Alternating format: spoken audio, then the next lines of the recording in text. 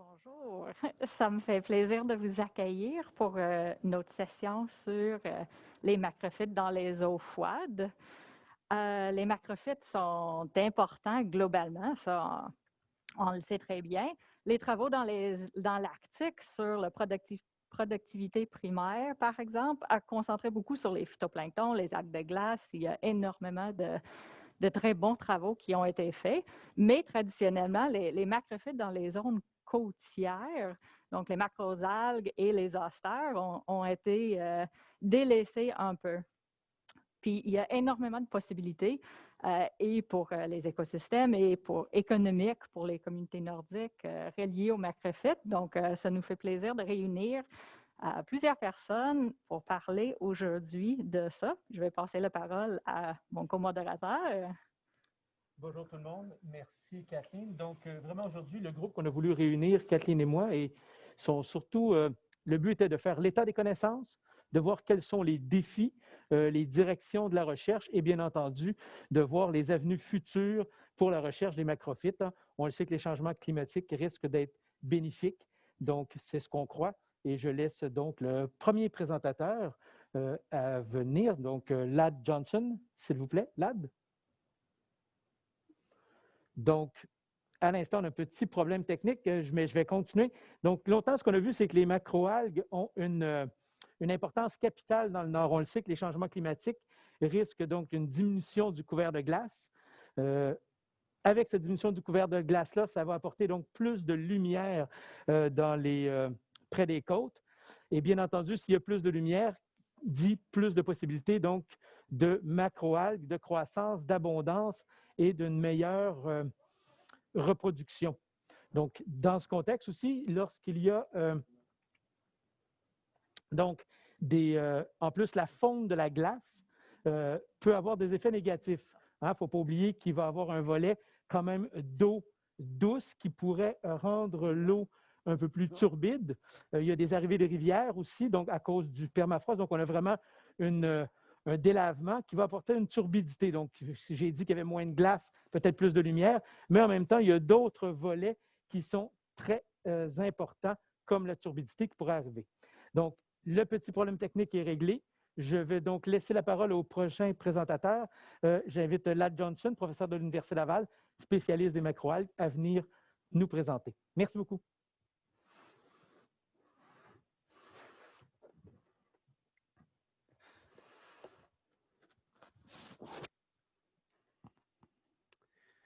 Bonjour tout le monde. Aujourd'hui, je vous présente encore un petit survol, encore les répartitions des algues dans le milieu arctique. Mais avant de commencer trop, j'aimerais faire quelques qualifications. D'abord, je suis une débutante pour les études dans l'Arctique. Après plus que 20 ans dans les zones nordiques québécoises, plus techniquement dans la Basse-Côte-Nord. On avait une première visite l'an prochain dans le vrai Arctique. En plus encore, malgré le titre, il s'agit d'aujourd'hui qu'une exploration des macroalgues, pas des macrophytes comme indiqué. Madame Noisette va vous en parler davantage des austères plus tard dans l'après-midi. Alors, c'est voilà encore la limite de mes connaissances aujourd'hui. Et aussi, on va mettre l'accent sur les laminaires, ça veut dire les grandes algues brunes, pas tous les macroalgues dans le Nord, mais particulièrement dans ces algues assez importantes. Et encore, en sachant que c'est juste après le dîner, je vais vous donner le message principal tout de suite. Encore, c'est que les laminaires sont répandus et très abondants là-bas. Mais nos connaissances sont assez limitées actuellement. Ainsi encore, mais cependant, on a fait du progrès dernièrement et on a des nouveaux projets qui sont en cours. Je demande encore pourquoi on se limite aux grandes laminaires encore. D'abord, encore parmi les algues, c'est aperçu d'une façon très positive encore parce que d'abord, il joue un rôle assez important comme un ingénieur écosystématique pour créer des habitats pour d'autres animaux, encore comme pour des animaux comme les poissons, comme les invertébrés. Aussi, ils ont un grand impact sur le milieu, aussi le milieu abiotique, en faisant l'atténuation de la lumière ainsi le mouvement d'eau.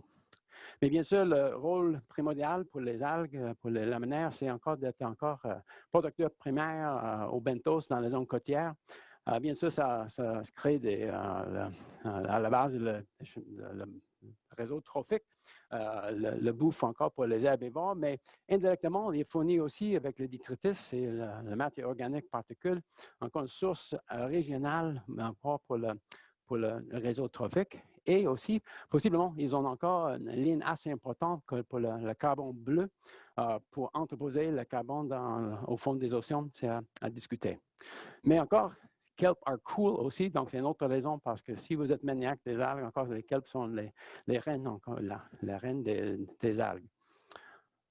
Aussi, une autre raison pourquoi ça nous intéresse, parce qu'il y avait un nouveau projet, Arctic Kelp, qui a débuté l'an passé. C'est appuyé, financé par l'ArcticNet, avec encore Philippe Archambault et Karen Philby-Dexter en tant que les investigateurs principaux. Mais il y a d'autres personnes, d'autres demi-douzaines des collaborateurs répartis dans les autres universités, ainsi plus qu'une demi-douzaine des partenaires aussi qui s'impliquent pas mal. Les objectifs principaux, c'est effectivement de prévoir encore la répartition actuelle, ainsi dans l'avenir, les répartitions des grandes laminaires. Aussi, déterminer le rôle de ces plantes dans le fonctionnement des écosystèmes dans l'Arctique. Ainsi, regarder un peu les impacts potentiels avec le changement de climat qui va arriver, qui était déjà arrivé, mais qui va continuer, j'imagine. Avant de commencer trop dans le détail, de plonger dans le détail, j'aimerais encore faire un petit remerciement et aussi une reconnaissance à Bob Wills. Lui, il était un pionnier, c'est américain, un pionnier dans l'exploration de la répartition et la répartition des algues dans le nord. Commencé il y a 70 ans, et on voit qu'il a plongé dans l'eau assez froide, mais il continue même à l'âge dans les années 90, il continue. Lui, quand j'ai arrivé à Québec, il m'a donné encore le conseil d'aller vers le nord parce qu'il dit qu'il y a beaucoup de découvertes à faire là-bas. Malgré tout, je m'excuse encore, ça prend 24 ans avant que je suis arrivé là-bas, mais finalement, j'étais là. Et il représente un peu les connaissances qu'on a actuellement. Ce n'est pas fantastique, mais on a quand même des études pionnières encore qui déroulent là-bas. Je ne passe pas partout. Mais encore, on regarde dans les années récentes, il y a un intérêt augmenté un peu avec l'intérêt avec les algues dans le nord.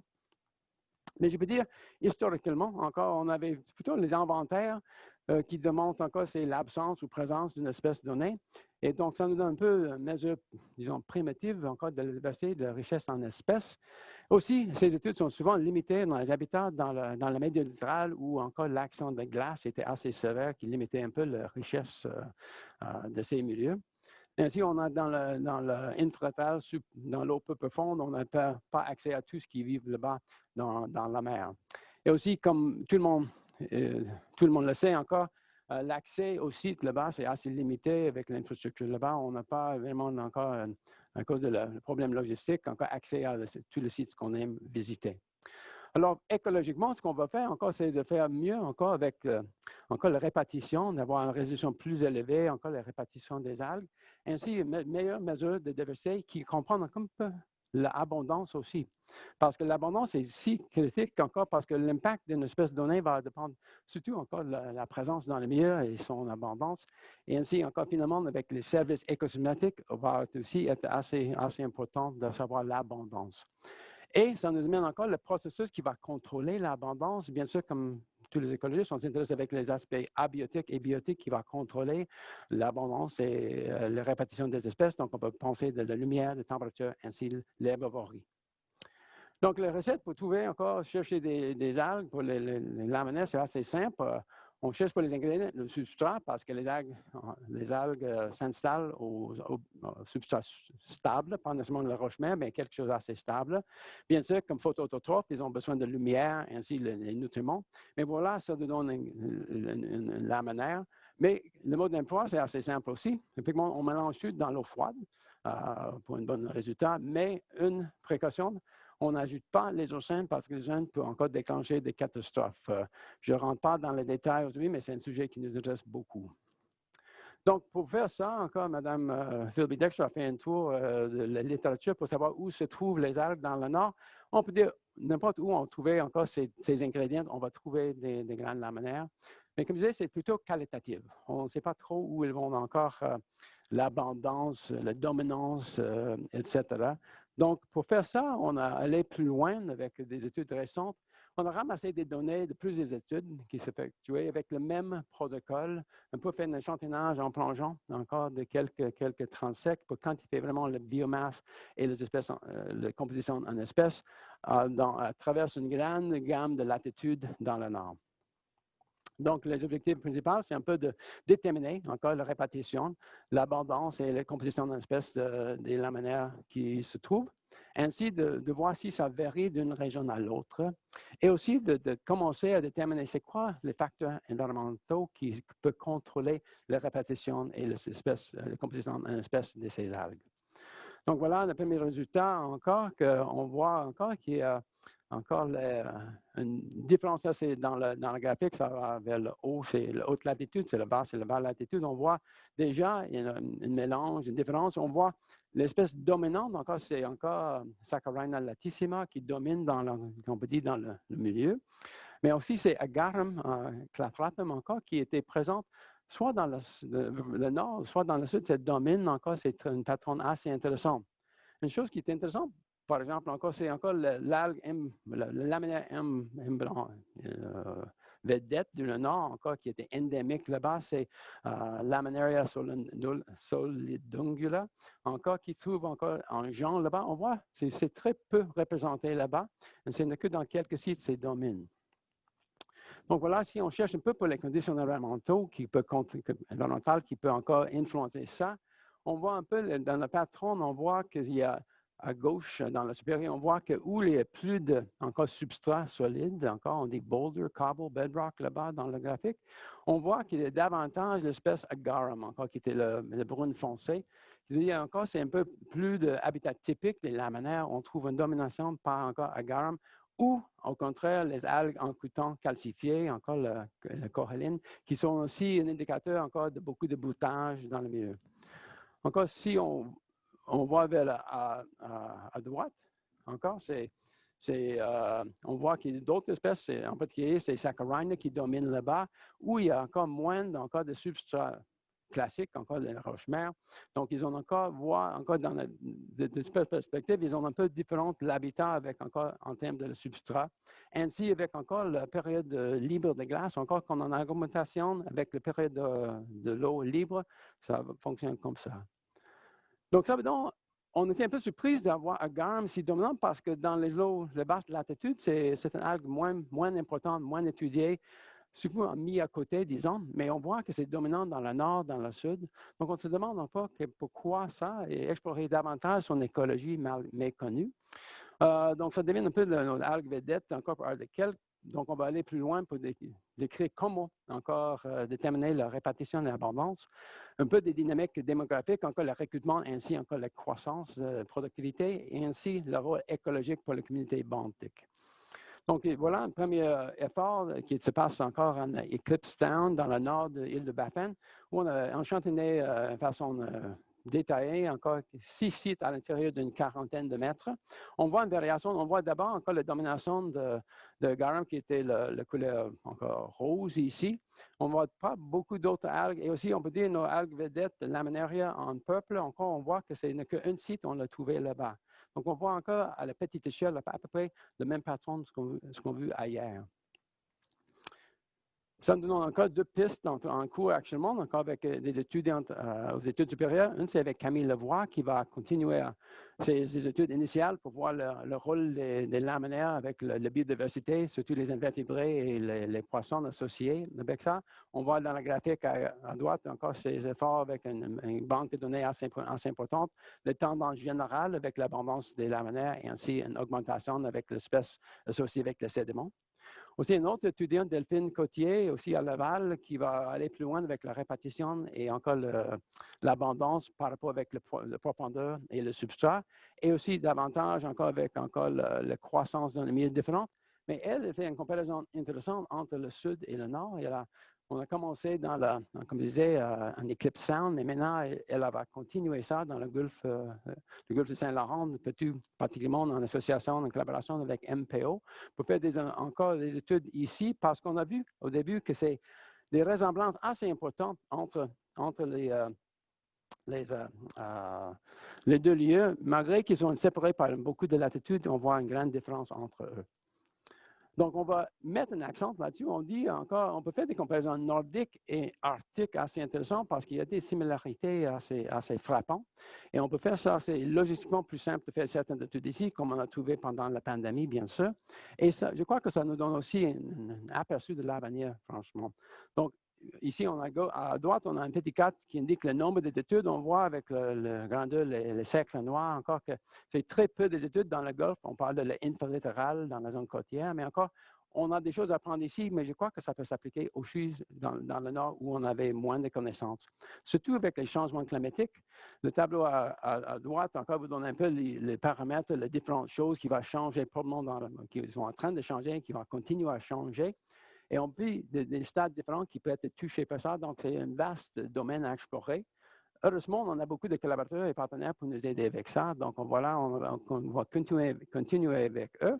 Mais heureusement, on a développé davantage de collaboration au sein de notre projet, surtout avec encore des autres universités et aussi le gouvernement. Et je vais mettre l'accent de deux, encore, c'est avec le groupe de l'Université de Manitoba, encore, CJ Monday et Laura Castro de la Guardia, surtout avec les efforts avec CMAPS, encore une étude de l'exploration encore des bandes laminaires autour de Southampton Island. Et aussi un nouveau projet qui va porter sur la répartition de lumière dans la zone côtière. Finalement, on avait deux postdocs impliqués avec encore, disons, tous les deux, Rob Schlegel et Jessica Goldsmith, tous les deux doués dans la modélisation de la répartition des espèces.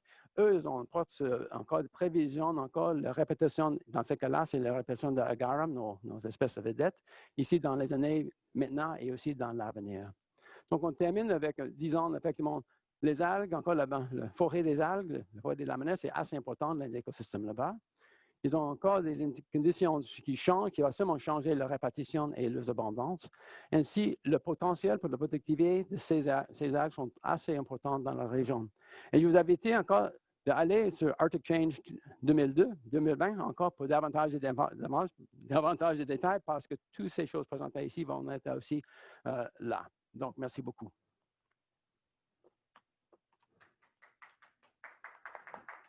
Oh oui, mes masques. Merci, Lad. Est-ce que vous m'entendez bien? Oui. Merci, c'était très, très intéressant. Un grand survol de plusieurs projets. Vous pouvez poser des questions. On surveille et le chat et les questions et réponses sur Zoom. Puis on aimerait vraiment avoir des questions des personnes qui regardent. J'en vois pas pour le moment, mais moi, j'en avais peut-être un si on a le moment très rapide pour une réponse. Tu avais mentionné les oursins et leur importance. Qu'est-ce qu'on sait de comment c'est différent en Arctique, par exemple, ou pourquoi? Est-ce que ça serait pareil? Qu'est-ce qu'on pourrait dire sur le rôle des oursins dans les forêts de laminaires en Arctique? On peut dire que c'est intéressant parce qu'encore la comparaison nord-sud devient un peu bouleversée avec ça parce qu'on a vu ici, dans le golfe du Saint-Laurent, la dominance par les oursins. Et ils ont limité vraiment le banc laminaire dans les eaux peu profondes. J'avais dû signaler encore que agarum, c'est une algue chimiquement défendue. Donc, c'est une des raisons qu'elle peut vivre en profondeur ici avec les oursins dans le golfe Saint-Laurent. Mais là-bas, on peut dire qu'on n'a jamais vu les populations des oursins si vastes que ça, sauf dans quelques coins de Nunavik encore. Mais le défi là-bas, c'est le cycle vital des oursins, c'est très complexe. Donc, pour tenir compte du recrutement des oursins, c'est un grand défi. Plein de place pour d'autres projets plein futurs. On va continuer avec la prochaine présentation, je pense. Merci beaucoup, Lad. Notre prochaine présentatrice est chercheure en botanique au Musée canadien de la nature et je vais appeler Amanda Savoie à présenter, s'il vous plaît. Merci. Hey, I just want to make sure this is working. This is my first Zoom presentation. Can you hear me? Okay, perfect. Merci beaucoup. I'm going to share my screen. And please bear with me. Okay. There we go. Does that look okay? Thumbs up. OK, merci beaucoup. Mon présentation va être en anglais, mais je peux répondre aux questions en français après, si c'est plus facile. Je pense que je suis capable. And today I'm going to talk to you about the unexplored wealth of museum collections. So museum collections are this really, really important resource that we have that a lot of people, don't know a lot about and don't really know how to access them. So today I just want to talk about what they are, why they're important, and if you're interested in working with museum collections, what you can do to start. And I work on red algae. I'm a research scientist at the Canadian Museum of Nature, but today I'm going to be talking about museum collections in general, and of course about kelp, and they are pretty special. So first of all, I work at the Canadian Museum of Nature. So today I'm going to have two arguments for you. The first is that natural history museum collections are absolutely critical for studying biodiversity in a changing world. We all know the impacts of climate change are getting more and more significant as time goes on, and these collections are critical to sort of survey those changes. And then my other argument is that the Canadian Museum of Nature has valuable and understudied collections of Arctic marine macroalgae. So I'm going to start off first, why are museums important? So natural history museums maintain a collection of biological and geological specimens. And not a lot of people know, you might go to a museum and you see all these collections on display, but so much is behind the scenes. So 90 to 99% of a museum's collections are not on display anywhere, but they're accessible to the public and to researchers. So if you're interested in working with these collections, you can reach out to museums and study them. And they're really, really important. They're a repository for global biodiversity and geodiversity information, and they're of great historic value. So collections, especially in Europe, can be hundreds of years old. Our museum has things that are 200 years old, and these are a snapshot of space and time of where that organism occurred. So I really want to argue that they're a powerful tool to study change. They're a baseline data set that we can use when we do these biodiversity studies, studies of distribution. And each collection is a record of where species occurred in space and in time. And you can use that to do all kinds of analyses and all kinds of different studies and things that we can't even imagine now, these specimens can be used for in the future. So I've showed a few different images here, and what I really want to highlight and kind of especially mention to any new researchers that are going out there is one of the most important components of a natural history collection or of any kind of specimen collection is the label. So all of these collections that you see in the photos, they're important and they're useful because they have labels. And without those labels, they have almost no value, because labels tell us, they're really, really important. They tell us when and where a specimen was collected. And then labels are what gives us the data needed to do large-scale analyses, like biodiversity informatics, studies of distribution, modeling change. All of these things require that the specimens are properly labeled. So anyone who's thinking of going out and someday donating their specimens to a museum, I'm begging you to make proper labels for your specimens. And you can see that a lot of collections in the museum, these were things that are collected before we had Excel spreadsheets, before we had computer databases. And so our only information is what's written on the specimen. And usually the quality goes down as the specimen age goes up. This isn't always true. So I've shown here some collections from the Canadian Arctic Expedition, which was in 1913 that it started. And they actually have GPS coordinates written on them. So these are really useful. We can use these as a data point in an analysis, even though they're more than 100 years old. So the really, really kind of key part of these collections is the label information. And I showed some pictures of zoological collections, but really what I'm going to focus on today is botanical collections. And if you've never been to a herbarium or a botanical collection, you might wonder, how does this work? How are plants stored at a museum? And this is a picture of the herbarium at the Canadian Museum of Nature. Basically, a herbarium, we like to joke that it's a library filled with dead plants. So we have rooms and rooms filled essentially with dead, flat plants. And these plant collections, they're pressed, they're dried, they're mounted on paper, and they're labeled. And then these collections are organized. And it's really like a library, because if you had a library where you couldn't find any books, it wouldn't be very useful. But at a herbarium, we organize things in a way that we can find them.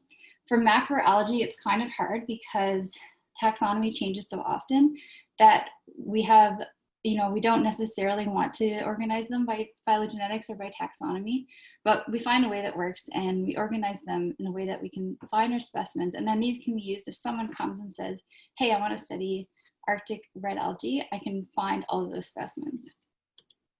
And red algae and all macroalgae actually can be pressed in really similar ways to plants. So you take a specimen of red algae or kelp or any other kind of macrophyte, and even though they're kind of a mess, when you press them and dry them properly, these collections can last for hundreds of years. So again, these are a resource that can be used by future scientists and used by people studying change in the future as well. And herbaria are found all over the world.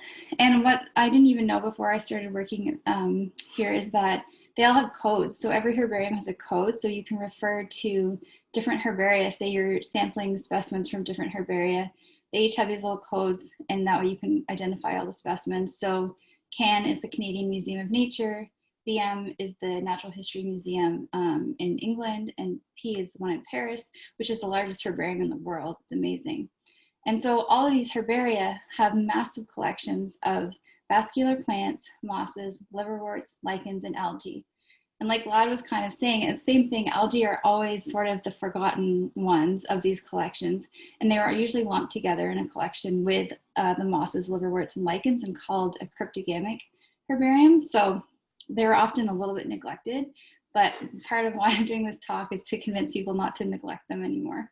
And that these algae collections are really, really, really important. So I'm going to talk a little bit more specifically about the collections that I work with and why I think they're valuable.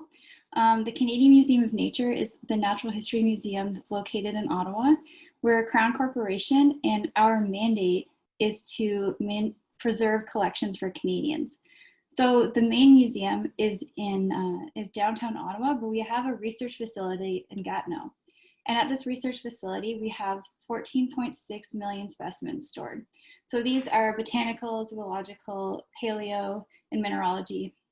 And all these collections have curators that preserve these collections for Canadians. So the idea when we collect is not that I'm collecting for me or my research, but that I'm collecting, and these are belonging to Canadians, and anyone who wants to study these specimens in the future can do so. And that way we're building up a resource of a record of baseline biodiversity data for Canadians and for the international community. So it's a picture of our lovely herbarium, some specimens. And our herbarium kind of started as the Geological Survey of Canada. So the Geological Survey of Canada eventually sort of became, the collections of that institute became the basis of the museum. And the reason we have such a good botanical collection is because John McCown, the first biologist at the museum, was a botanist. So he was really, really into plants and algae. And we have many, many, many of his collections of marine macroalgae from West Coast and the East Coast of Canada that were collected between kind of the 1870s and early 1910s. So by 1911, he had 100,000 plants at the museum. And he also traded a lot with other institutions. And that's how we come to have all kinds of different collections from international expeditions. And the oldest specimen in our National Herbarium dates back to 1766, which was when Joseph Banks was collecting off the coast of Newfoundland.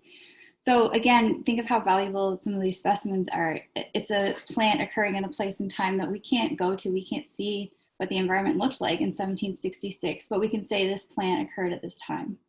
So it's really, really fascinating. And what about the Arctic? The Arctic, as we all know, it's a place it's hard to get to. It's logistically difficult. It's, it's hard to work there. And again, like Vlad said, I'm totally an Arctic rookie. I've been working on Arctic specimens, but I haven't been there yet. And one of the most powerful things about natural history collections is that we can work on a certain area and without even having to go there. So the museum has a center called the Center for Arctic Knowledge and Exploration that kind of brings together all the Arctic research at the museum.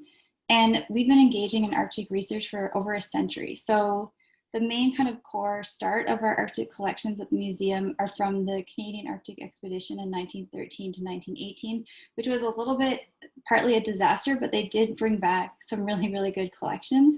So we have over 300,000 Arctic fishes, plants, birds, mammals, fossils, and invertebrates, and more than 100,000 Arctic plant specimens. We have a really active botanical team that's been collecting in the Arctic, and I'm really hoping to do some seaweed collecting in the Arctic and add to that as well.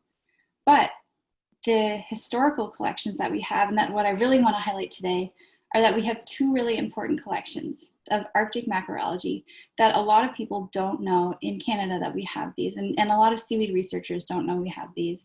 The Canadian Arctic Expedition did collect macroalgae, so there's a whole bunch of specimens that were collected from 1913 to 1918 across the Canadian Arctic. And then we also have the collections of Robert Lee, who was a phycologist, who after Bob Wills was sort of the second person to go to survey the Canadian Arctic. And so Lee didn't publish very much, and he didn't actually have kind of like a well-known name in phycology, but he collected tons of specimens.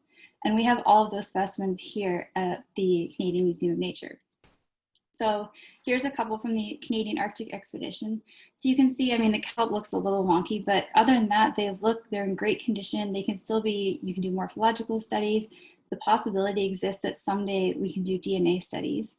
And depending, you know, how good we get at working with ancient DNA. And they all have really detailed label information that can all be used. And then when it comes to Lee's collections, he ended up publishing kind of one of the very few things he published was this catalog of the marine algae of the Canadian Arctic. And all the specimens that he used to write that book are stored at the museum. And there's hundreds and hundreds of them. They're all mounted and pressed and stored in the herbarium. He, in the 1960s, was scuba diving in a wetsuit in the Canadian Arctic. It's pretty wild. They were taking helicopters all over the place, and he sampled something like 105 sites. He reported 183 species of macroalgae from the Arctic, and 37 of them were the first report for the Canadian Arctic. So it's a really, really fascinating work, and I feel like it's just not very well known. And a lot of people don't know that all those data points have specimens associated with them, and that those can be found here at the museum, and anyone can come study them anytime. So what I really wanted to highlight today was that these collections are really critical.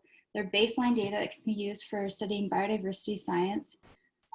They can tell us about change over time. You know, no collection in a museum is complete. There's always going to be gaps, but at least they give us this point in time. And then digitization, which I didn't have time to get into, but digitization is the idea of putting all these collections online and entering all that data, and so that the data can be accessible. I think that will bring a widespread change and just even more accessibility to the era of studying biodiversity in these big scale and studying primary biodiversity data. So I hope I encourage you to study museum collections and to take good care of your own collections and to share all that data with everybody that you can. And I'll take questions, I think, at the end. And I just want to thank everyone at the museum and thank you all for listening. And I think if I stop sharing my screen, it should work. Thank you.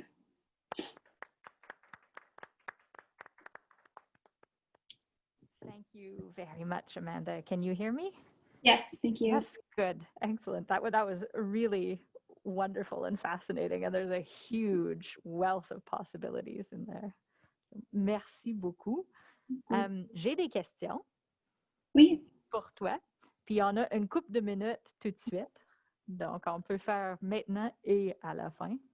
Il y a une question de Brigitte.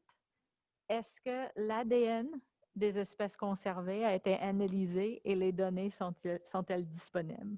Non, l'ADN n'a pas encore été analysé.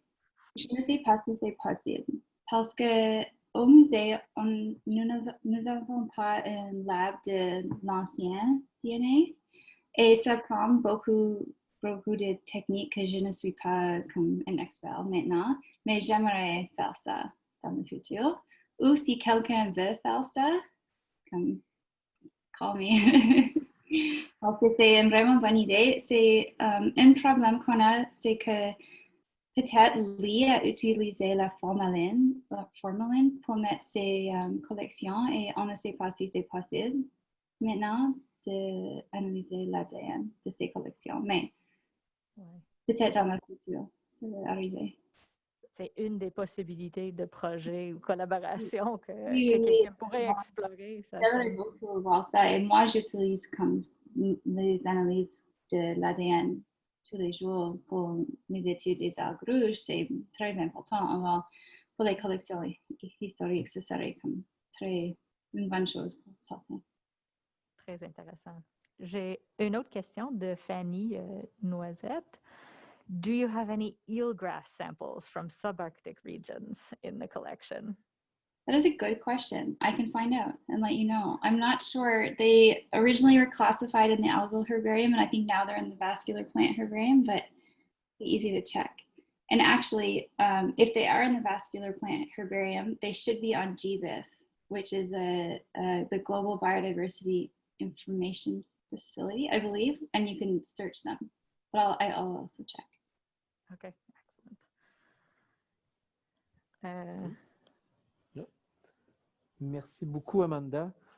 Très, très intéressant. Je rappellerai à tous les gens, si vous avez des questions, on va avoir un peu de temps à la fin pour, si vos questions arrivent, de pouvoir nous les poser. Merci encore beaucoup. J'en avais moi aussi des questions. Je vais m'y garder pour la fin pour toi. La prochaine personne à présenter, la prochaine présentatrice, c'est Fanny Noisette. Fanny est de l'Université du Québec à Rimouski et plus particulièrement donc, à l'Institut des sciences amères de l'ISMER. Et je te laisse la parole, Fanny. Merci. Alors, je vais essayer de vous montrer mon écran. Voilà. Est-ce que vous voyez bien mon écran?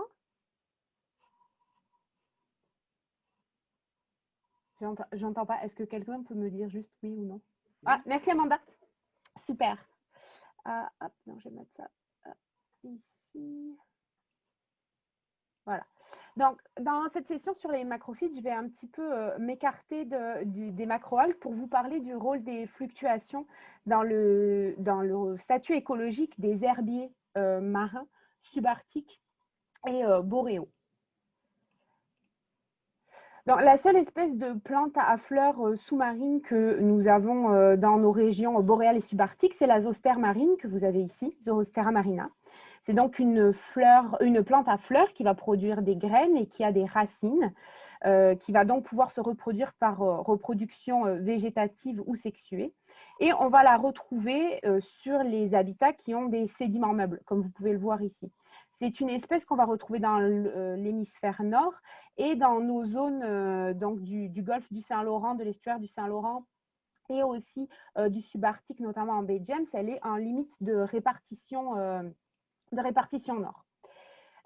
Depuis 2009, elle est classée et reconnue comme espèce d'importance écologique par le ministère Pêche et Océan, donc ce qui montre son importance en termes de biodiversité et d'écosystème. Alors, les herbiers de zostère boréaux sont soumis à des conditions environnementales saisonnières difficiles comparées aux herbiers qui se développent aux mêmes latitudes mais dans des climats plus tempérés. Vous voyez ici la bâture devant Rimouski qui est couverte de glace à l'hiver et puis qui est complètement découverte à l'été. Et donc, le fait d'avoir ce couvert de glace avec un pied de glace profond, ça va limiter évidemment la lumière, mais ça peut aussi provoquer des phénomènes d'arrachage. Et on voit ici une marelle, donc un trou au milieu de l'herbier, quand les glaces se retirent. Le fait qu'on ait cet hiver aussi prolongé, ça va entraîner une période de croissance qui est très courte. Et on a des très larges fluctuations environnementales, notamment en termes de température sur ces milieux-là. Ça nous amène donc à nous poser la question de quelle est la phénologie particulière de ces zostères en zone boréale et subarctique. Les zostères, ce sont également des espèces ingénieurs qui vont influencer leur environnement physico-chimique. On a par exemple des communautés denses de zostères qui vont pouvoir ralentir les courants. Leur réseau racinaire permet également de stabiliser les sédiments. Et quand on a des herbiers denses, on va avoir un captage des particules en suspension qui rend souvent les eaux beaucoup plus claires. Donc, ce type de rétroaction, ça fait des boucles de rétroaction dans l'écosystème. Et quand les zostères disparaissent suite à une perturbation importante, par exemple, eh ben, on va avoir ces boucles de rétroaction qui sont complètement déstabilisées. Et quand on n'a plus zostères, par exemple, on a beaucoup plus de nutriments disponibles, donc du phytoplancton qui se développe beaucoup plus, de manière beaucoup plus importante. On va avoir aussi beaucoup plus de particules dans l'eau. Et donc, une deuxième question qui nous intéresse particulièrement dans notre équipe, c'est de savoir est-ce que les forts changements saisonniers qu'on a dans ces zones boréales et subarctiques, notamment en termes de lumière ou de matière organique, est-ce que ça va déséquilibrer ces boucles de rétroaction et quelles sont-elles? Alors, pour répondre à ces deux questions, puis pour mieux comprendre le fonctionnement des herbiers de Zoster, on a une approche dans notre équipe qui est une approche multi-échelle où on va collecter des données à différents niveaux d'organisation biologique. Donc, au niveau de la communauté, des herbiers directement, on va s'intéresser à la densité, la biomasse, le nombre de plants reproducteurs, mais aussi les flux globaux de la communauté en termes d'oxygène, de carbone, de nutriments. On va prendre des mesures au niveau individuel des plants, des mesures morphométriques de longueur, de nombre de feuilles, de surface photosynthétique, de croissance, mais également de production brute, nette des respirations. Et on descend jusqu'au niveau des tissus racinaires et tissus des feuilles pour aller chercher des proxys physiologiques comme la concentration en chlorophylla, les contenus en azote, carbone, les isotopes stables également, et puis des paramètres photosynthétiques. On corrèle ensuite ces paramètres biologiques et physiologiques qu'on regarde à différentes échelles aux paramètres environnementaux qu'on mesure de différentes manières. Alors, on a des mesures, par exemple, pour les nutriments ou pour la qualité des sédiments qui vont être plutôt des mesures ponctuelles qu'on va effectuer, comme par exemple ici avec des seringues, de manière périodique et répétée sur nos zones d'études. Et on va aussi avoir des mesures à haute résolution qu'on va pouvoir acquérir grâce à des mouillages. Donc, vous savez ici un mouillage qu'on a déployé sur la batture de Rimouski cet été et qui est un mouillage instrumenté avec des sondes de lumière à différents niveaux, sondes de salinité, de température et de niveau d'eau également, et qui enregistre à des pas de temps beaucoup plus réguliers. Donc, ça peut aller de la seconde pour certaines mesures de lumière à toutes les 15 minutes pour d'autres mesures comme la salinité, par exemple. Alors, pour vous montrer un peu plus en détail comment on met en place cette approche dans notre équipe, je vais d'abord vous parler du projet de maîtrise de Lou Richer, qui est ici. Et donc, la maîtrise de Lou s'insère dans un projet multidisciplinaire qui cherche à comprendre les changements du système socio-écologique autour de la Zoster en Baie James. Donc, c'est un projet dans lequel on va intégrer du savoir traditionnel, mais aussi des campagnes scientifiques avec des données qui proviennent de la zone côtière, des rivières, de l'écologie des oies qui sont des brouteurs importants des herbiers de Zoster, et puis des mesures évidemment à différents niveaux sur la Zoster. Et tout ça, c'est dans le but de mieux comprendre tout ce qui s'est passé et tout ce qui se passe dans la zone côtière de l'est de la baie James depuis les années 80.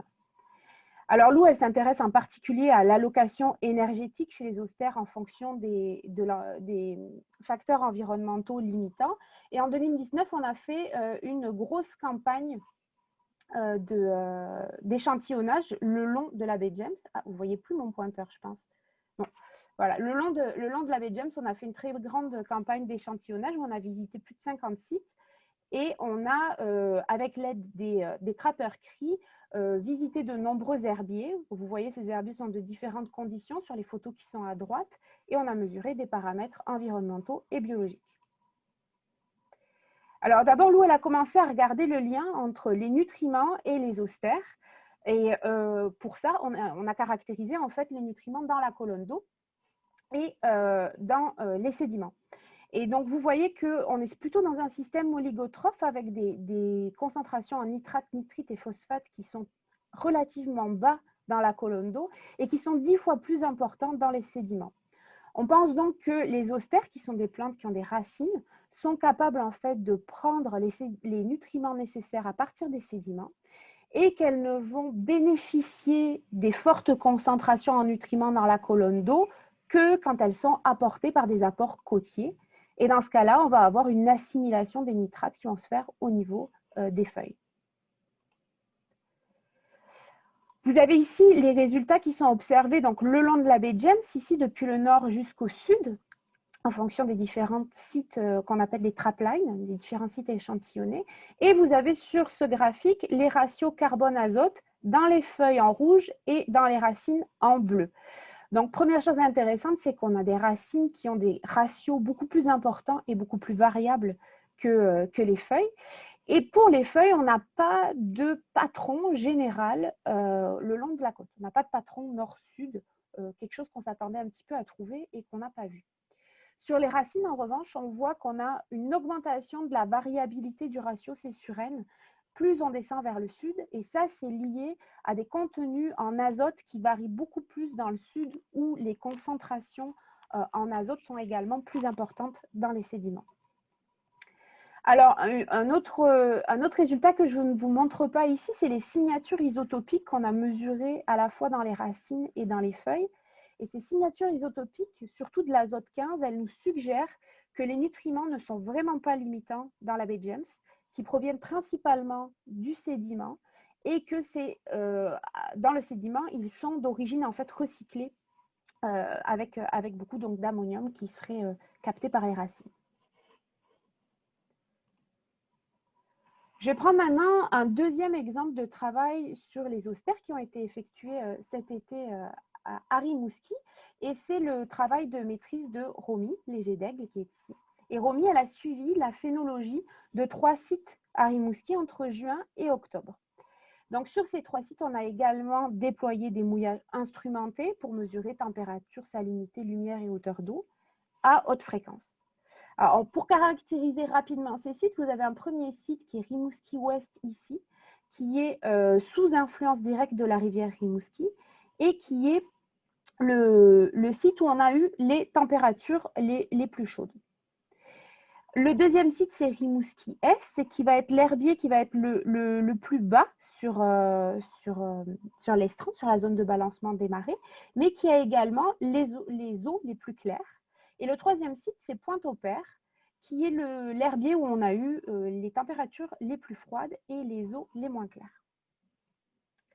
Alors, Romy a suivi mensuellement la biomasse et l'abondance, la densité des plants sur les différents sites pour pouvoir avoir ces graphiques de trajectoire. Et ce qu'on peut voir d'abord, c'est que dans tous les sites, on a le pic de biomasse qui arrive ici en juillet. Alors, on ne s'attendait pas à ça. On s'attendait à avoir un pic de biomasse plutôt en août. Et on peut expliquer un peu ce pic de juillet, certainement parce que les glaces sont parties très tôt et parce qu'on a eu un mois de juin vraiment très chaud cette année, qui a certainement entraîné une croissance très forte au début, fin du printemps, début de l'été. Alors, les sites sont également un peu différents en termes de traits fonctionnels. On a Rimouski Est ici qui a des très très fortes biomasses alors que les abondances sont faibles. Alors qu'on a quelque chose d'opposé à Pointe-au-Père avec des densités très fortes et des biomasses plus faibles. Donc, on a vraiment des choses à analyser très différentes. Si on regarde maintenant la capacité photosynthétique qu'on a mesurée avec un appareil qu'on appelle le PAM, on a une capacité photosynthétique qui augmente au cours de l'été et qui n'est pas différente entre les sites.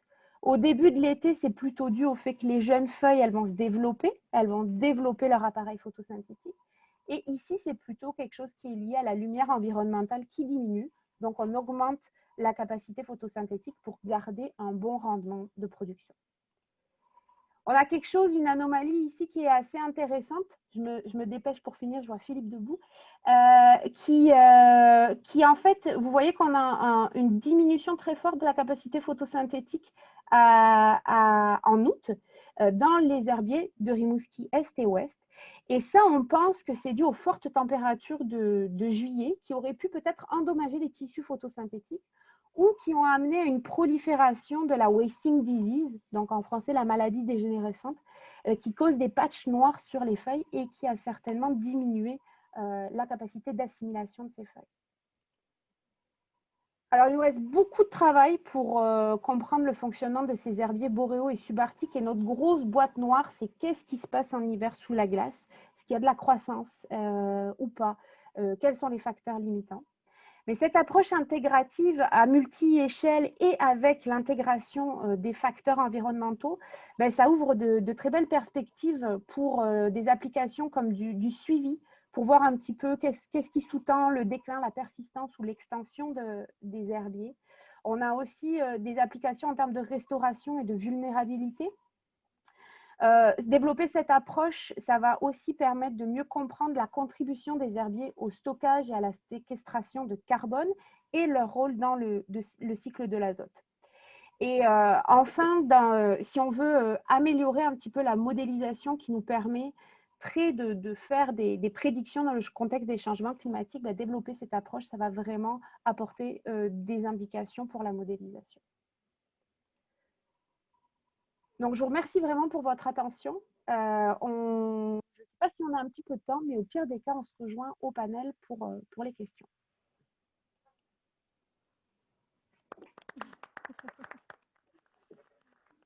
Merci, Fanny. C'était vraiment intéressant.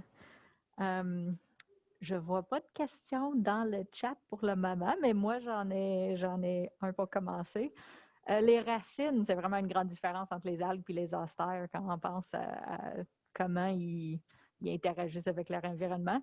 Puis le stockage en nutriments, en azote était vraiment important et intéressant.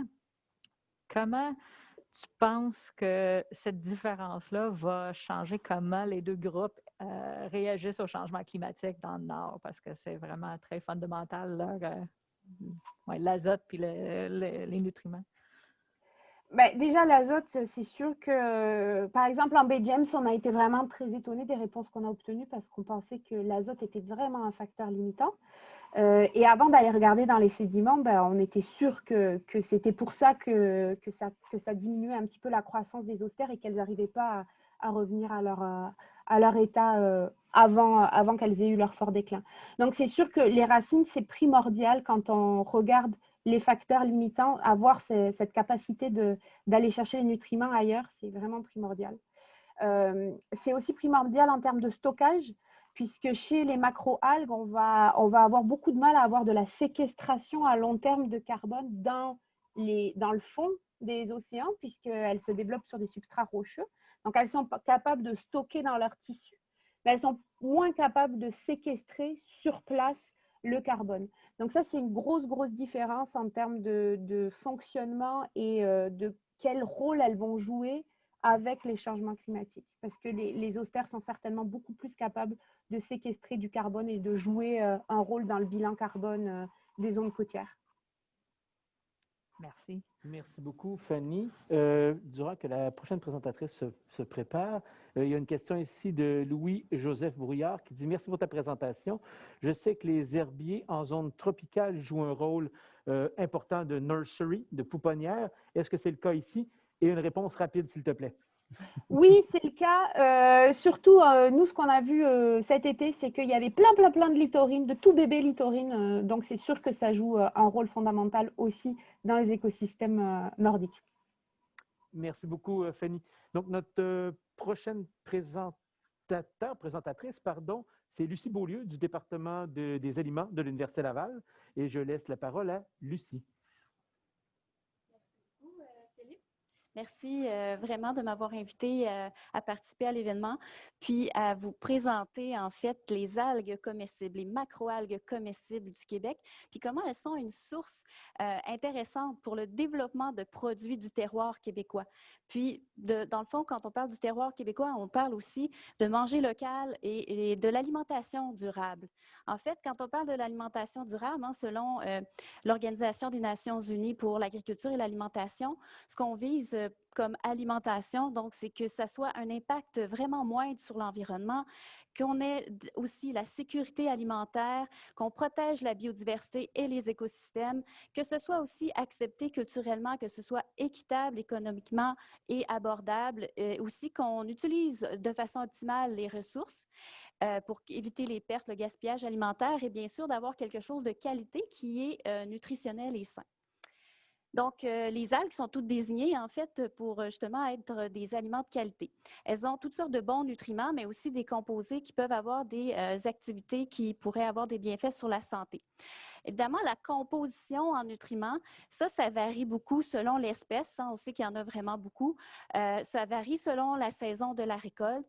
Ça varie aussi selon la distribution géographique. Hein. On parle des algues nordiques, mais qu'elles soient récoltées au nord ou au sud, elles vont justement avoir une composition chimique qui va être différente. Les paramètres de culture aussi sont importants parce que, évidemment, si on a un milieu où est-ce qu'il y a plus de nutriments, bien, on va peut-être favoriser la production de certains composés par rapport à d'autres. Et il y a aussi l'aspect de transformation parce que les algues, elles sont consommées peut-être fraîches quand on les prend directement de l'eau, mais souvent, il faut les modifier, il faut les sécher parce qu'elles doivent être conservées sur une grande période. Donc, le séchage, ça implique des températures, puis là, bien, ça va avoir un impact justement sur ces nutriments-là. Et ce qui est intéressant avec les algues, c'est qu'elles sont faibles en gras, hein, ils ont moins de 5 de lipides, puis elles sont riches en minéraux, elles peuvent contenir du fer, du magnésium, de l'iode, hein, certaines vont en contenir un peu plus que d'autres. Puis aussi, ce qui est méconnu, c'est qu'elles sont une source de protéines. On parle beaucoup des protéines alternatives, les protéines végétales pour remplacer les protéines animales, mais les algues sont une source de protéines. Et évidemment, ça dépend encore une fois des espèces. Les algues rouges vont avoir plus de protéines. Elles sont aussi riches en fibres, donc elles contiennent différents polysaccharides qui ont un intérêt aussi au niveau de la santé. Les différents effets santé qui sont rapportés dans la littérature scientifique pour les algues peuvent aller des effets de prévention des maladies cardiovasculaires, des effets neuroprotecteurs, anti-inflammatoires, et de plus en plus, on étudie la modulation du microbiote intestinal. Donc, elles peuvent aussi avoir des effets prébiotiques, donc pour essayer de faire croître certaines bactéries qui sont très bonnes pour la santé de l'intestin. Puis, on sait que, dans le fond, les algues, hein, elles sont consommées comme des légumes de mer depuis très longtemps en Asie. Hein, on a été influencé par la culture asiatique, les sushis, les salades de wakame, par exemple, mais on sait qu'on en consomme aussi de façon un peu indirecte dans des aliments comme agents texturants, le carrageenan, par exemple. Et ce que ça implique, en fait, c'est qu'on a une bonne exploitation des algues mondialement. Hein. C'est à peu près 6,4 milliards de dollars américains pour le marché des algues. Et de plus en plus, bien, on s'y intéresse ailleurs dans le monde et ici, justement, donc en Amérique. Donc, évidemment, dans l'Atlantique Nord, on va en trouver des algues, là, de parler des algues aussi qu'on retrouve plus au nord. Mais ici, au Québec, la filière qui s'est développée beaucoup au niveau alimentaire pour les algues, c'est surtout en Gaspésie, sur la côte nord, aux îles de la Madeleine. Donc, on retrouve des algues brunes principalement en abondance sur les côtes du Québec. Et on en a évidemment aussi plus au nord. Donc, au Nunavik, il y a des études qui ont démontré aussi qu'il y avait quand même une bonne quantité d'algues dans ces secteurs-là. Donc, c'est intéressant de s'y intéresser. Puis aussi, au niveau traditionnel, j'ai ressorti une fiche nutritionnelle qui est du ministère de la Santé du Nunavut, donc qui datait de 2013, où justement, on va mentionner que les algues sont consommées crues, on les cuit ou bien on les sèche, qu'elles vont contenir certains minéraux, dont j'ai nommé tout à l'heure, hein, les fibres, certains minéraux comme le fer, le magnésium. Et aussi, on mentionne même qu'on va l'utiliser, l'algue, pour apprêter des mets, comme par exemple la viande de phoque, où on veut rehausser la saveur. Puis ça, c'est dû au goût umami, donc le goût qui est typique des algues. Donc, qui donne ce petit goût un peu frais, le petit goût, moi j'adore, mais moi je suis biaisée. J'espère que vous aimez les algues. Et parmi les algues comestibles, ben, il y a les algues brunes, les algues rouges, les algues vertes, évidemment. Comme je vous l'ai mentionné tout à l'heure, les algues brunes sont très abondantes au Québec. Ce qui se fait ici, principalement, bien, ça va être de la récolte d'algues sauvages, par exemple, hein, directement de la nature. On va aller les prélever. Ou encore, il y a de la culture, comme en Gaspésie, sur des longues filières, comme vous voyez là, sur l'image, des laminaires qui vont croître sur plusieurs mois et on va les récolter. Donc, on va avoir ensemencé des plantules, puis pendant les quelques mois, on va les laisser croître et on va les récolter en juin pour développer des produits alimentaires. Il y a aussi de la culture en bassin, donc un bassin qui est directement relié à l'eau de mer. Ça, d'ailleurs, c'est fait en collaboration avec Éric Tamiot de Mérinov, mais c'est surtout expérimental. On essaie de voir comment on peut orienter la production de certains composés parce qu'on veut contrôler quand même les nutriments ou la luminosité. C'est vraiment plus un stade expérimental ici au Québec. Donc, la façon d'aller les récolter, Les algues, bien évidemment, ça peut être directement à pied parce qu'elles ont dérivé, par exemple, sur les plages. Ça peut être en plongée. Donc, ici, c'est un océan de saveurs. Donc, Antoine Nicolas de cette entreprise qui va plonger puis il va récolter des algues pour nous. Et aussi sur les fermes marines, comme je vous mentionnais, à Passepébiac, entre autres avec Salaweg, qui est une entreprise là-bas aussi, qui fait de la culture d'algues. Donc, après avoir récolté les algues, bien, il faut justement faire un traitement, comme je vous disais tout à l'heure, soit le séchage. Par exemple, vous en avez des algues qui sont vendues entières, hein, comme on voit sur le sachet ici. Ou encore, après le séchage, on va les broyer. Donc, ça va être comme un peu des épices, des assaisonnements qu'on va pouvoir utiliser dans nos mets. Elles peuvent être blanchies, un peu comme les légumes, on doit blanchir pour inactiver certaines enzymes qui dégraderaient l'aliment. Donc là, le blanchiment, ça peut être une façon aussi de conserver plus longtemps les algues. Et il y a la surgélation aussi. Donc, comme je vous mentionnais, les algues sont comme des légumes de mer, puis on peut les consommer comme en salade dans les sushis. Il y a des choses qui sont faites, qui sont vendues ailleurs en Europe. Là, ce qu'on voit à laitue de mer, par exemple, ça c'est en France qu'on vend comme une salade, l'algue. Ou encore, dans les maritimes, il y a le Chondrus crispus qu'on voit qui est multicolore, là, plus à droite. Donc ça, c'est des salades où on a orienté la production de certains pigments pour donner une couleur un peu à notre algue à ce moment-là. Mais ici, donc des produits de chez nous, ont été faits pour, par exemple, des produits prêts à manger, hein, pour que le consommateur reconnaisse un peu le produit, mais se dise, tiens, il y a de l'algue dedans. Mais par exemple, on voit le pesto au kombu. Hein, donc ça, peut-être que vous connaissez le produit de Symbiosis, mais il y a aussi Salaweg avec sa relish de mer, le mélange à tartare. Il travaille beaucoup avec des communautés autochtones, justement en Gaspésie. Il y a aussi un océan de saveurs que j'ai mentionné tout à l'heure, Varec Forest. Puis en plus, on peut incorporer les algues dans presque tout ce qu'on veut. Évidemment, le chocolat, c'est un exemple ici. Donc, un océan de saveurs, c'est associé avec une chocolaterie et ils font des chocolats aux algues délicieux. Et ce qui est intéressant aussi, c'est que les petites entreprises comme ça qui démarrent vont être récompensées. Par exemple, Symbiosis a eu un prix, le prix Dux en 2020. Donc ça, c'est vraiment un prix pour l'innovation pour une entreprise en démarrage. Donc, vous voyez que c'est des belles initiatives. On a une ressource qui est disponible, mais qui est encore peu exploitée, mais qu'il faut bien l'exploiter, comme toujours garder en tête la notion d'alimentation durable. Mais à côté de ça, bien, il y a des chercheurs, hein, comme moi, entre autres, mais des gens chez Mérinov qui essaient d'innover, incorporer des algues dans des aliments, voir c'est quoi l'impact de l'ajout d'algues sur la matrice alimentaire. Mérinov, par exemple, on fait des craquelins aux algues. Moi, dans un projet, on a fait un fromage aux algues. Puis, il y a aussi des boulangeries qui vendent du pain aux algues. Et pourquoi pas en mettre dans la bannique, hein, quand on parle de plats plus traditionnels, donc qui est consommé, par exemple, au nord. Et ce qui est intéressant aussi, c'est d'aller voir, lorsqu'on incorpore ces algues dans les aliments, est-ce que les activités sont toujours présentes? Par exemple, des effets potentiels antioxydants ou encore inhibiteurs de l'hypertension. Bien, le pain dans lequel j'ai ajouté mes algues, est-ce qu'après la cuisson, bien, il y a toujours cet effet potentiel santé? Bien, là, il y a des études qui ont démontré que oui, pour certains composés en particulier. Dans le cas du fromage aux algues, bien, on avait suivi justement cette bioactivité en fonction de l'affinage et on en a toujours retrouvé. Donc, au moins, c'était une bonne nouvelle que les algues dans le fromage, bien, ça met finalement ces bioactivités-là. Donc, un potentiel, évidemment, santé. Ça a été des travaux qui ont été publiés, qui ont été faits avec mon étudiant Atara. Et donc, on voit que ça a été fait en collaboration avec plusieurs partenaires. Il y a une fromagerie aussi qui était associée. Puis, ça a été financé par le ministère de l'Agriculture, des Pêcheries et de l'Alimentation du Québec.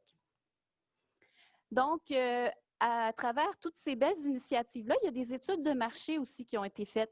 Puis d'ailleurs, on se rend compte que les consommateurs sont vraiment intéressés, curieux à consommer des algues. Évidemment, parce qu'il y a un côté environnemental dans le sens où c'est des protéines végétales, source de protéines végétales, comme je vous disais tout à l'heure. Donc, c'est un moindre impact que pour la production animale. C'est nutritif, il y a un potentiel santé et aussi, il y a une saveur, un goût typique, particulier, qui peut faire en sorte que les produits vont se démarquer. Et ce qu'on a, nous, on a fait aussi, tout récemment, on est en cours dans ce projet-là, c'est s'associer avec une chercheure, Véronique Provencher, qui, elle, s'intéresse au comportement du consommateur. Le projet a été financé par Odyssée Saint-Laurent. Puis, dans le fond, ce qu'on veut voir ici, c'est comment les consommateurs pourraient cuisiner davantage les algues chez soi. Parce que oui, il y a des produits prêts à manger, mais quand on achète un sachet d'algues ou des algues entières séchées, comment on fait pour les apprêter chez soi? Et donc, le but ici, c'était de faire des ateliers culinaires en présence d'un chef, donc le chef Jean Soulard, et de faire cuisiner les participants pour essayer de voir justement est-ce qu'ils vont s'approprier davantage donc les recettes à base d'algues, puis ça va leur donner confiance en leurs habiletés, puis chez soi, après, ils vont continuer de cuisiner les algues. Et à preuve ici, vous avez notre complexe culinaire à l'INAF, donc à l'Institut sur la nutrition et les aliments fonctionnels à l'Université Laval. En ces temps de pandémie, là, vous voyez, on avait nos îlots de cuisine avec des participants qui ont respecté le 2 mètres, le masque, et ça a vraiment, je vous dis, égayé des cœurs en cette période difficile.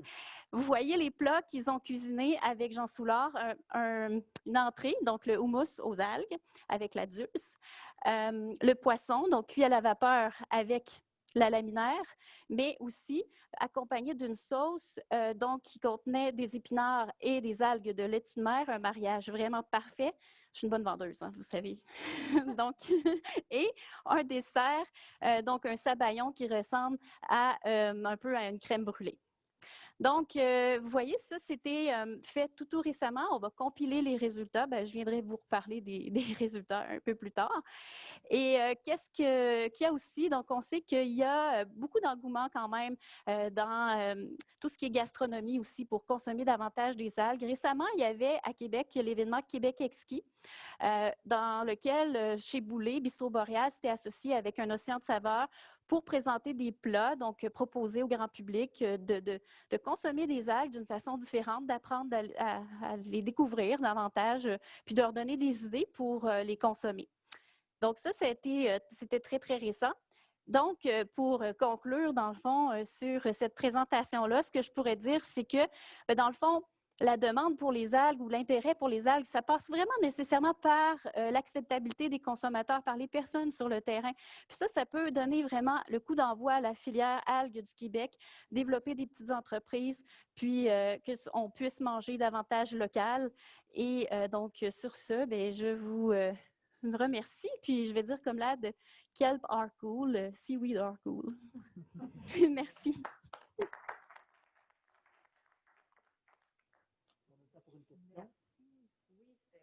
Est-ce que je vais m'asseoir là ou aussi je reste ici? Comme viens, tu peux te joindre à nous sur nos chaises. Oui, je voyais un lien entre, dans le fond, ta présentation puis la présentation à Amanda, à savoir, il y a toutes les composantes, il y a tout, mais est-ce qu'on sait si ça a changé ou si ça risque de changer avec les changements climatiques, les conditions où les algues poussent changent? Est-ce que ça va affecter les valeurs nutritives ou les composantes qu'on trouve à l'intérieur? C'est vraiment un bon point. Effectivement, je pense que ça va faire une modification de la composition parce que je n'ai pas présenté tous mes travaux, évidemment, en 15 minutes, mais on a fait une étude en Gaspésie où est-ce qu'on avait déjà prélevé des sites différents. Donc, plus dans la baie des Chaleurs, aux îles de la Madeleine aussi. On a vu avec la composition chimique que c'était différent. Donc, pour une même saison, mais un endroit différent.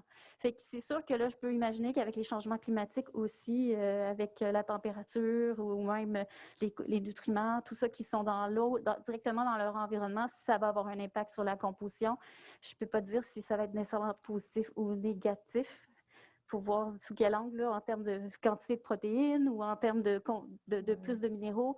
Donc ça, mais c'est sûr que ça va avoir une influence. Est-ce qu'il y aurait une façon possiblement d'utiliser les collections, justement, Amanda, à regarder des endroits différents ou dans le passé, qu'est-ce qui a changé? Puis peut-être qu'il y a un étudiant qui pourrait peut-être qu'on pourrait s'en reparler avec Amanda, oui. Parfait. Je pense qu'on va continuer. Oui, merci beaucoup, Lucie. Avant de présenter, moi, je voulais juste savoir où est-ce qu'on peut se trouver le chocolat.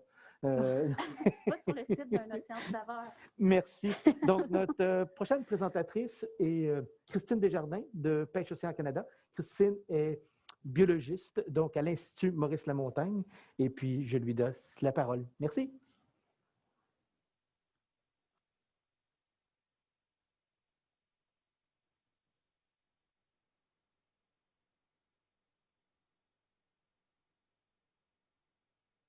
Christine, on voit ton écran. OK, c'est parfait. Mais on ne t'entend pas non plus, par contre.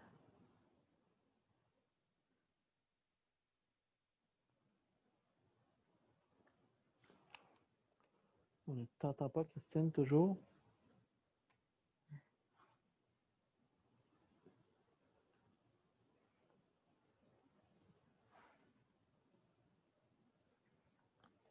Donc, Oui, bonjour, m'entendez-vous?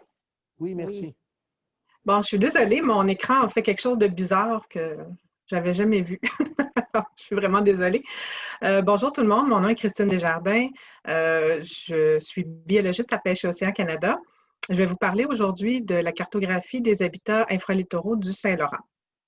Donc, ça va être un peu moins savoureux que Lucie comme présentation, mais j'espère que ça va vous intéresser.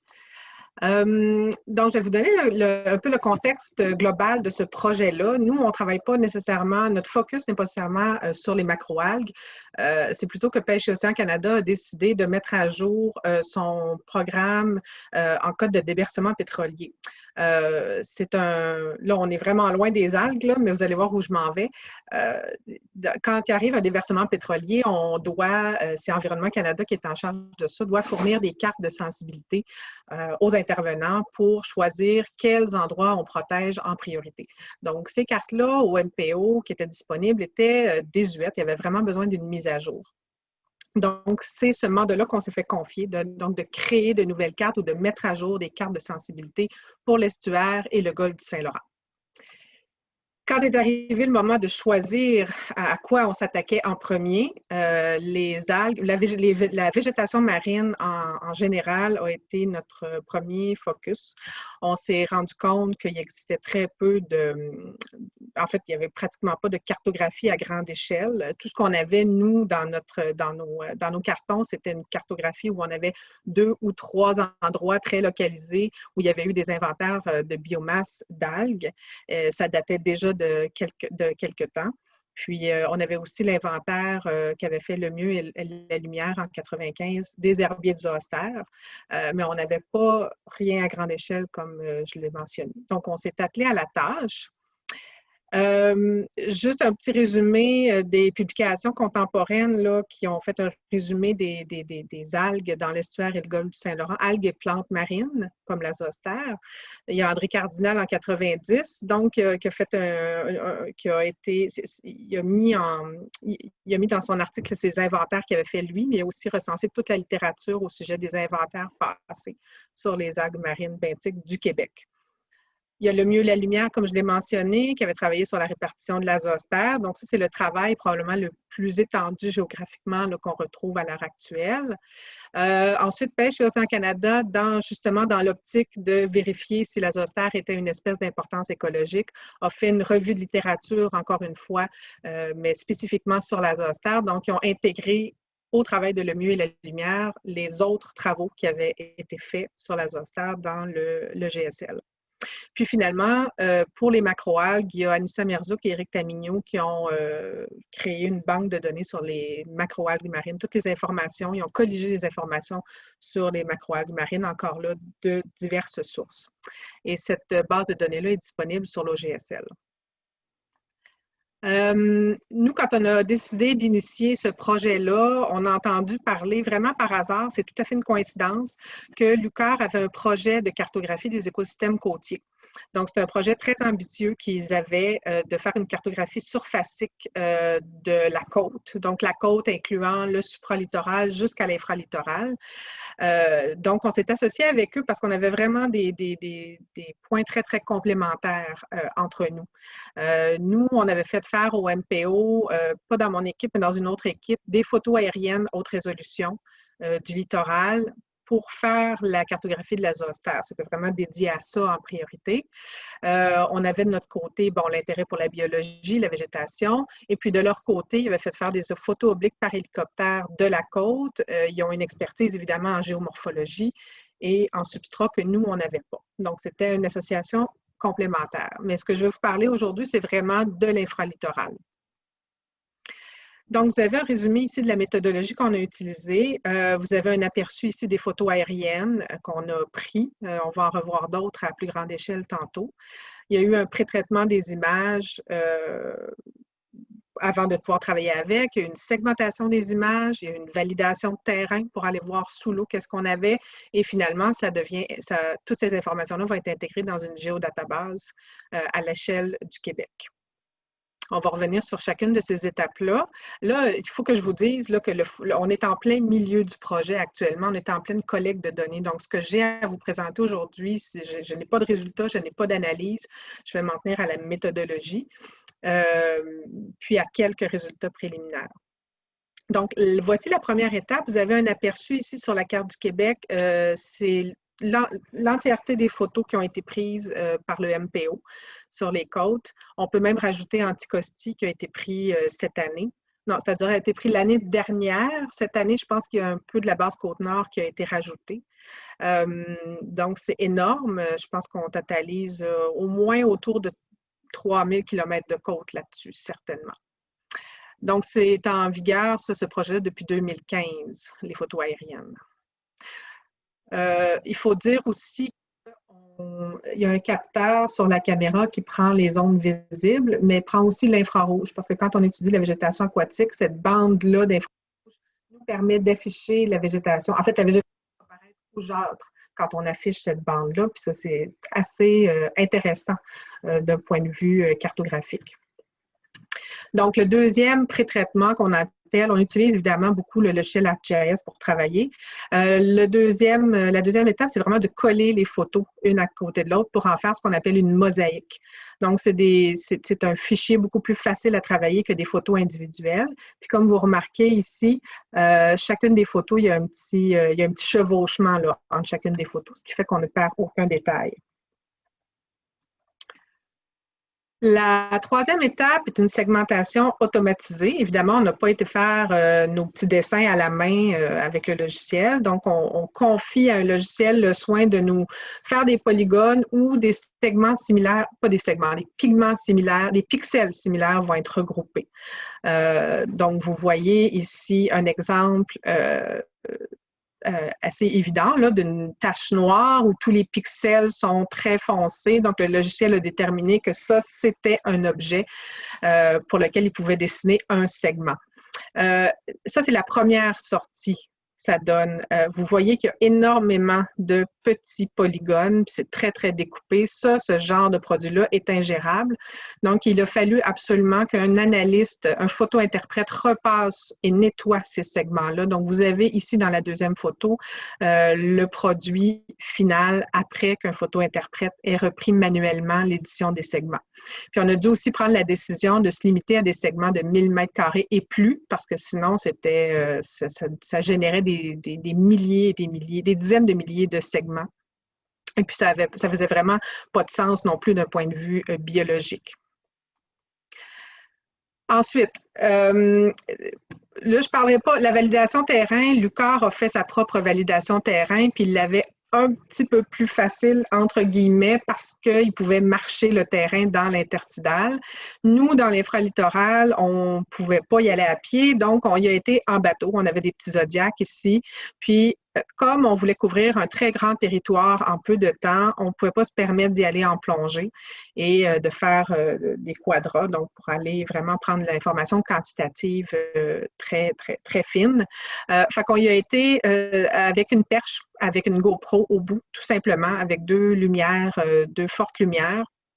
Puis, ce qu'on faisait, c'est qu'on allait à toutes nos stations situées le long de la côte, puis on faisait deux vidéos de 360 degrés, un très près du sédiment, sous la canopée, s'il y avait une canopée, et un autre vidéo à 360 au-dessus de la canopée ou de façon à voir l'horizon.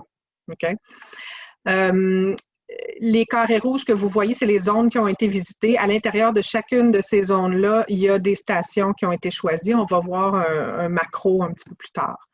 Inutile de dire que dans l'estuaire moyen, on n'a pas tout fait parce qu'il y a de la turbidité, c'est très, très turbide. En fait, on a commencé aux environs de Trois-Pistoles sur la rive sud, puis à l'île aux Coudres sur la rive nord, puis déjà là, on avait beaucoup de turbidité. Mais des fois, ça nous permet quand même de valider qu'il y a présence de végétation, même si on ne peut pas dire laquelle. On a eu aussi des petits problèmes avec la COVID. Ça nous a empêché de faire certaines régions cet été, ce qui était prévu sur le planning, mais on espère se reprendre l'an prochain pour couvrir les secteurs qui n'ont pas été faits. Vous avez ici une macro pour vous montrer un peu comment les stations ont été sélectionnées. Ce n'est pas aléatoire, ça n'a pas été choisi au hasard. On a vraiment fait attention dans la sélection des grandes zones rouges à choisir, c'est pas continu le long de la côte, mais on a choisi les environnements où il y avait le plus de végétation, où on voyait, ça se voit à l'œil nu, on voit des traces noires dans l'eau. Donc, on a choisi une belle représentativité le long des côtes. Puis, à l'intérieur de ces zones-là, on s'est assuré d'avoir une certaine reproductibilité. On essaie de voir les patrons qui sont similaires, puis d'aller faire plusieurs stations dans chacune de ces patchs de végétation-là. C'est ça. Puis d'aller chercher aussi une variété de patrons dans chacune des zones. Donc, on ne valide pas tous les polygones, ce serait une tâche impossible à faire. Mais de toute façon, il y a une certaine succession d'algues aussi là, qui est connue. Les Ficacées sont un peu plus en haut de l'infralittoral peu profond, alors qu'après ça, on a les bandes laminaires qui arrivent et ainsi de suite.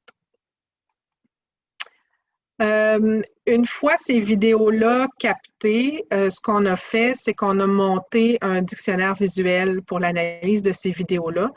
Si à la fin de la présentation, je peux vous le montrer, ce dictionnaire visuel-là, il est vraiment chouette.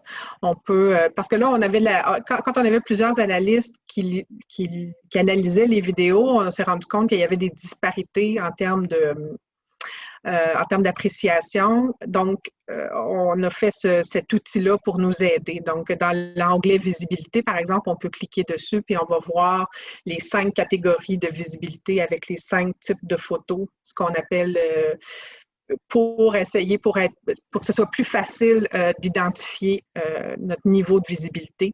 Puis aussi, on a fait un outil pour ce qui est de la végétation et des animaux aussi avec des photos qui ont été prises de nos vidéos. Qu'est-ce que ça donne? Donc, chaque vidéo a été analysée et on a décidé d'exploiter au maximum les informations qu'on voyait sur les vidéos. Évidemment, une vidéo, c'est pas pareil comme une collecte en vrai où on peut identifier à l'espèce quand on a l'espèce entre les mains, le spécimen entre les mains. Là, par vidéo, on peut courir le risque de se tromper. Donc, on a quand même été prudent dans notre méthode d'identification. Donc, les algues qui sont très, très faciles à identifier par vidéo, comme l'agar criblé qui a des caractéristiques très particulières, là, on ne s'est pas gêné pour aller lui donner le nom à l'espèce. Mais pour, par exemple, la famille des Bangiacées, souvent, on n'était pas capable d'aller à l'espèce, donc on a décidé de se limiter des fois à la famille. Fait que notre système, en fait, pour chacune des vidéos et des algues observées, comprend 3 colonnes. On va identifier selon la morphologie de l'algue, qui est certainement la méthode la plus facile de décrire une algue par sa forme. Ensuite, le type, ça peut être, en fait, c'est le niveau taxonomique. C'est un niveau taxonomique. Donc, ce n'est pas nécessairement l'espèce, ça peut être la famille, ça peut être l'ordre, parce que des fois, on ne peut pas aller plus loin que ça. Puis, en fin de compte, si on est capable d'aller jusqu'à l'espèce, la colonne veg taxo nous donne l'espèce qu'on a observée. Donc, vous avez ici trois exemples. Le 3e exemple, c'est vraiment où on a vu une algue indifférenciée. On n'est pas capable de dire c'est quoi. On sait que c'est une membrane ou une lame, mais on n'est pas vraiment capable d'aller plus loin. Ça, c'est souvent dans des situations où les vidéos sont très, très turbides. Et puis, associé à ça, bien évidemment, on a les coordonnées, on a vérifié la couverture de la végétation, une couverture faible, moyenne, élevée. On a déterminé le substrat quand on le voyait. On a déterminé la profondeur. On a également les animaux. Donc, tous les animaux qu'on a observés, on les a notés. Qu'est-ce que ça donne? Ça donne ça. Donc, vous avez les petits X en jaune, c'est les sites qui ont été visités. Ça, c'est à l'embouchure, mais c'est à Godbout. Donc, c'est à l'embouchure du Saguenay. Oui, je pense que c'est ça. Donc, les petits X jaunes, c'est les endroits qu'on a visités en bateau. Puis, vous avez ici, dans un des polygones, toutes les informations qui sont enregistrées dans la base de données.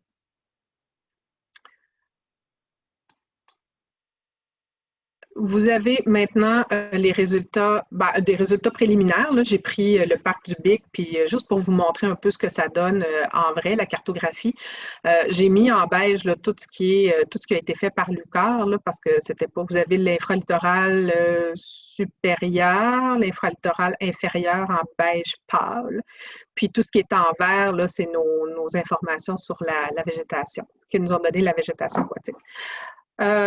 Les deux cercles, vous avez deux stations. Quand je parlais de patrons similaires, c'est à ça que je me référais. Donc, ces deux-là ont été visités, mais celui-là, par exemple, n'a pas été visité. Donc, on peut s'attendre à ce que celui-là soit un peu la même chose que ces deux-là.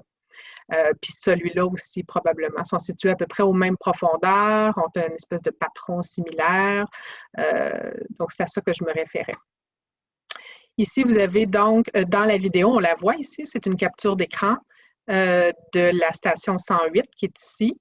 Donc, on voit bien que c'est semi-végétalisé. Il y avait des trous des fois où on voyait que le sédiment très, très clairement. C'était des algues brunes membraneuses ou en lame, des laminariacées, et on a réussi à voir que c'était Saccharina longicruris qui dominait. Donc, c'est ça ce qu'on a fait, c'est qu'on s'est vraiment attardé aux espèces dominantes aussi, là, parce que, on a les veg 1 ici que vous voyez. On en a 4. Donc, on a veg 1, veg 2, veg 3, veg 4, puis on essaie de les mettre en ordre de dominance. Vous avez un autre exemple ici. C'est la même patch foncée que tout à l'heure dans notre exemple. Vous voyez qu'on était vraiment à la limite du banc. Puis, celui-là est plus intéressant parce que vous voyez, là, on se rend à veg 3 ici. Donc, il y avait beaucoup de sortes d'algues dominantes ici. Puis, on voit qu'on est vraiment à la transition entre les fucacées et les laminaires. Puis, à travers ça, il y avait des petites algues vertes, des algues rouges, etc. Ici, vous avez les notes. Les notes, c'est les algues qui n'étaient pas dominantes, mais qui ont seulement été observées. Puis souvent, on a des grandes catégories générales, là, comme les algues filamenteuses délicates. Les ulvacées membraneuses, il y a au moins 4 ou 5 espèces qui sont impossibles à identifier sans qu'on les passe sous le microscope. Donc, ça finit souvent comme ça, les ulvacées, dans un groupe très général. Un autre exemple, encore au Bic, de différents patrons observés sur les photos aériennes. Vous voyez ici, ceux-là, surprenants, on aurait pu penser que c'était de la végétation. Des fois, ce n'est pas évident que c'est de la végétation, mais c'était au contraire un banc de moules. Donc, vous avez ici la capture d'écran. On avait un beau banc de moules ici, puis un autre ici, à RSEV 241, à l'embouchure de la rivière du Bic. Ici, c'est sur un lit de gravier, puis ici, c'est sur un lit de sable. Puis ici, vous aviez, c'est le 239, c'est ici à côté de l'île, là. Vous aviez un bel... on aurait pu penser que c'était des laminaires, mais non, ce n'était pas des laminaires, c'était des ulvacées puis des algues rouges qui se trouvaient là. Fait que c'est vraiment pas évident. On peut pas statuer d'emblée en voyant une patch noire que ça va être des laminaires, là. Il y a vraiment une très, très belle variété d'environnements. C'était vraiment impressionnant. On a eu beaucoup de plaisir à les visionner, ces vidéos-là. Ça conclut la présentation. C'est un peu la liste des gens qui nous ont aidés à travers ce projet-là qui n'est pas terminé. Il y a beaucoup, beaucoup de monde qui nous ont aidés. Je voudrais tous les remercier sans les nommer nécessairement. Et puis voilà, je vous laisse avec une sélection de certaines de nos plus belles photos prises un peu partout sur le territoire du Québec. Je vous remercie. Merci, Christine. C'est vraiment impressionnant comme travail et comme produit. Il y a une question. Oui, il y a une question, quelques questions de Chris McKenzie. Devant Christine, dans quelle proportion de photos ou de sites les algues ont-elles été identifiées au niveau des espèces? Donc, quelle proportion des données sont jusqu'à l'espèce? Puis, êtes-vous capable de distinguer les algues fixes des algues dérivantes? Donc, les deux questions autour d'identification. Ben, oui, donc pour l'identification à l'espèce, on n'a pas fait les analyses encore. On est loin d'avoir terminé l'analyse de tous les vidéos. Donc, Chris, on aura sûrement l'occasion de se reparler de ça. Je garde ta question en note. Ce qui est certain, c'est notre mandat nous demande de faire de la cartographie, mais on aimerait ça que ces données-là soient disponibles. Ça va être sur le site de l'OGSL quand tout va être terminé, puis tout va être analysé et canné. Donc, ça, c'est pour cette première question. La deuxième question, peux-tu me la répéter? C'était quoi la deuxième? Oui. Est-ce que vous étiez capable de distinguer les algues fixes des algues dérivantes? Ah oui. Bien, les algues dérivantes, en fait, moi, ce que j'entends des algues dérivantes, c'est souvent les espèces de cordons qu'on voit sur les photos, puis qui dérivent à la surface. Donc, ça n'a pas le même patron, ça n'a pas la même forme que des algues fixes dans le fond. Ça, c'est la première chose. La deuxième chose qui est intéressante, c'est qu'avec les photos, avec la bande infrarouge, on les voit. C'est-à-dire que les algues en profondeur vont être noires, les algues à la surface dérivantes vont être rouges. Donc, on va voir des cordons rouges. Fait que oui, on peut...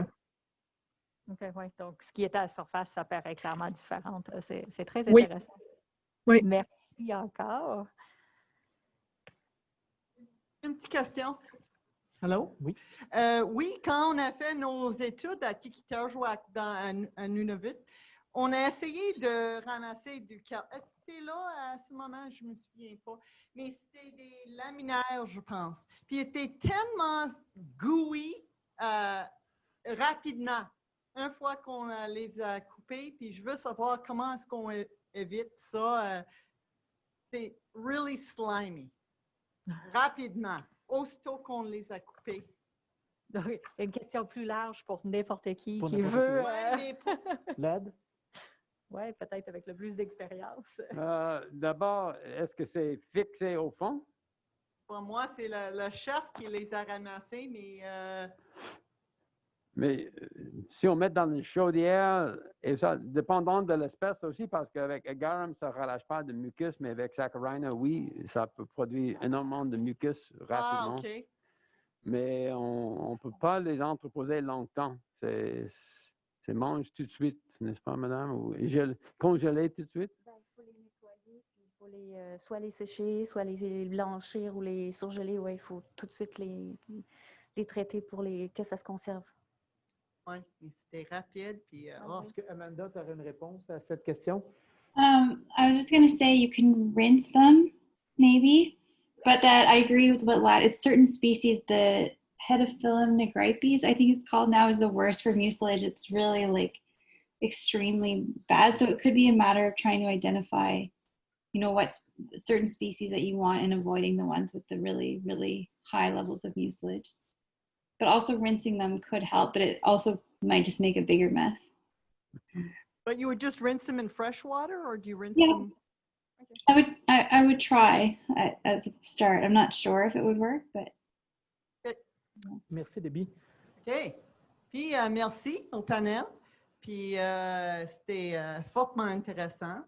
Puis, s'il y a un autre cours de cuisine, je veux m'inscrire. Surtout avec un chef avec une réputation comme ça. Wow! OK, on va terminer ça termine la journée, puis on va aller avec une présentation vidéo.